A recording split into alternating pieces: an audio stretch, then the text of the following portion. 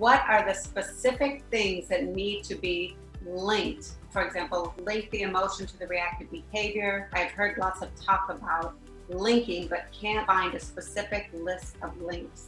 I don't know a specific list of links, but I love the question because the words I hear in my head, how I normally like to talk about this, is emotion drives, urges, compels behavior. And so to me, that places the emphasis where I want my client to start getting and tracking with me that it's their unprocessed pain or fear that drives, urges, compels their behavior. My unprocessed pain is linked to my reactive behavior. My secondary emotion is linked to my defensive behaviors. We're constantly linking primary emotion to secondary emotion. So that's another place we talk about linking. We also talk about linking emotion to behavior, whether primary or secondary emotion to behavior.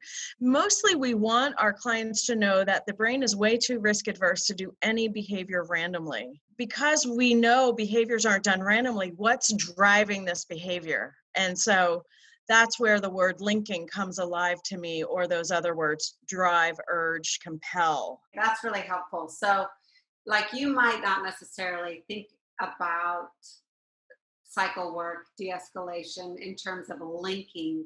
You think about it maybe more in terms of my unprocessed pain drives, compels, urges, behavior. And because link sounds rather pleasant, and like compels, kind of captures the urgency. Yeah, link kind of sounds a little pleasant and maybe a little cognitive, whereas for me, drives, urges, compels, like, is really how it feels intrapsychically. Yeah.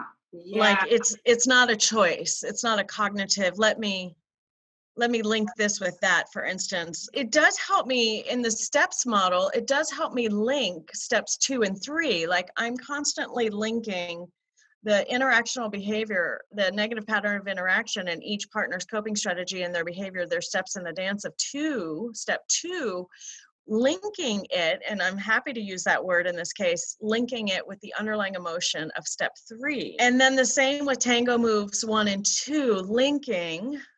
Yeah. Because we know how linked emotion and behavior are. I guess linking is something that the therapist can use to get an overarching picture. But from the client's perspective, the emotion doesn't feel linked to the behavior. The emotion feels compelling, and out comes the behavior. That's a really good distinction, that linking is what the clinician is doing. It's kind of how we talk about heightening. Yeah. The clinician is heightening, but what we want the client to experience is deepening.